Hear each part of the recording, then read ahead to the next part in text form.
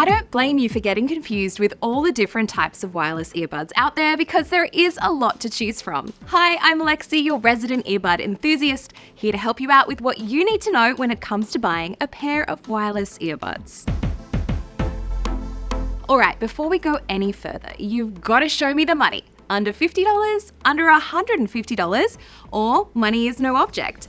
Fortunately, there is more choice than ever these days, and even if your budget is on the lower end of the spectrum, you can still find really good sounding buds with a lot of features.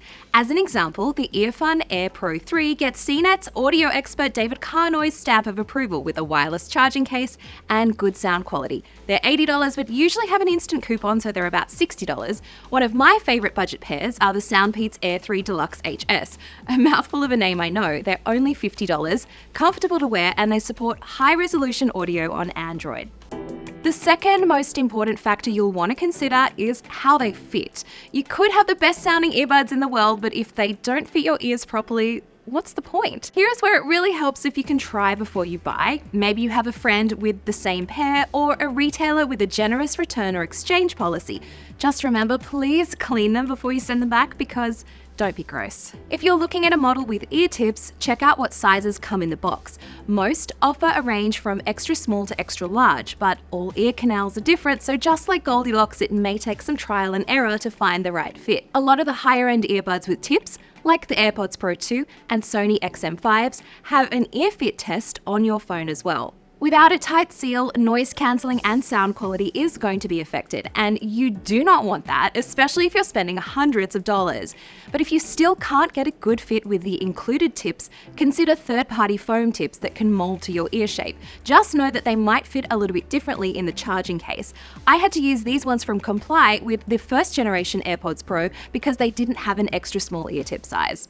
Ear tips not your jam? You'll probably want a pair of open earbuds. These just sit in your ears rather than inside your ear canal, something like the Sony LinkBuds or regular AirPods. Also, if you're exercising, you'll probably also want to look for a pair that's lightweight and fits securely. Maybe it could be a model with wingtips that tuck in your ears, or they have hooks that can go around your ear to keep them in place.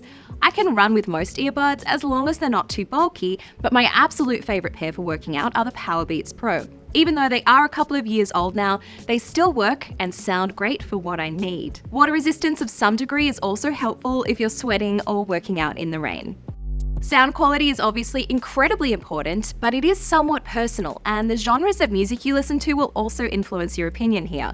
Maybe you like a more bass-heavy response, or you're into something that favors voices for podcasts. But I like a good balance with well-defined bass, even mids, which is where the vocals sit, and a detailed treble, without sounding too tinny or washed out. That usually serves me well when I'm jumping around between different genres of music. Higher-end earbuds are generally going to offer a wider soundstage with more depth and definition.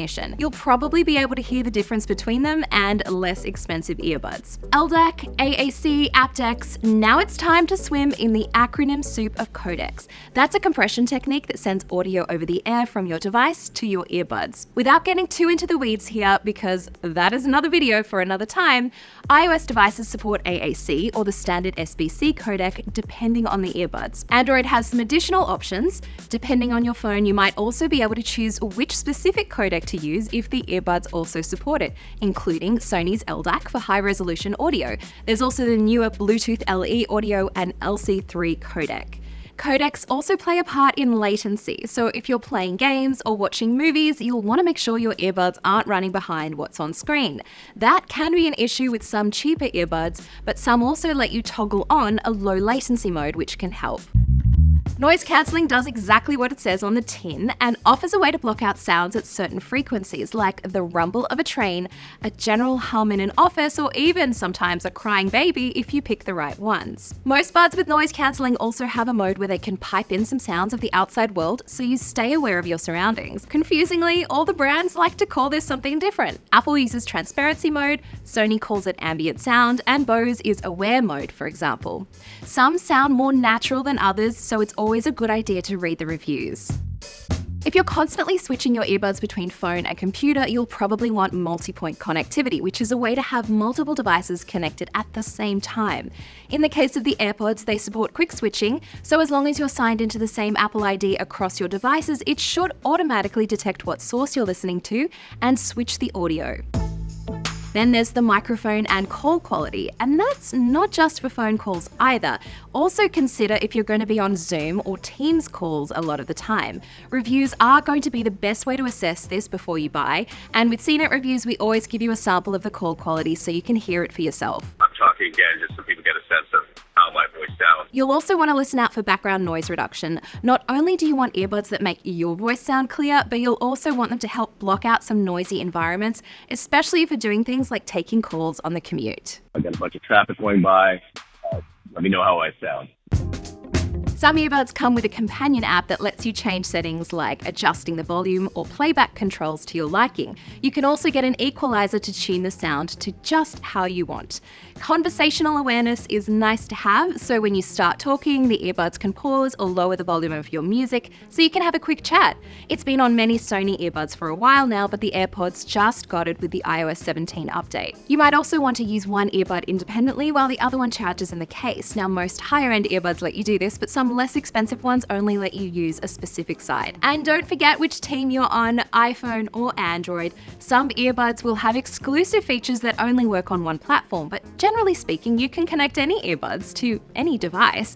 Apple's AirPods work pretty well with Android, you just lose access to the voice assistant and spatial audio. Similarly, with the Pixel Buds paired to the iPhone, you won't get a hands-free Google Assistant or spatial audio. Wireless earbuds can vary a lot when it comes to battery life, and the manufacturer's rating that says something like up to 8 hours usually only takes into account using them with the bare minimum features and moderate volume. Make sure to also check how long they last with noise cancelling turned on and, if applicable, streaming high-resolution audio. But most should last at least 4.5 to 5 hours on a single charge and offer a quick charge feature, so you drop the buds in the case for 15 or 20 minutes and get an hour or more of listening time. I'm always happy to help, so if you have a question about which earbud is right for you, chances are I've probably worn it and tested it. Drop me a comment down below, or you can find me on your favorite social media network. I'll catch you later.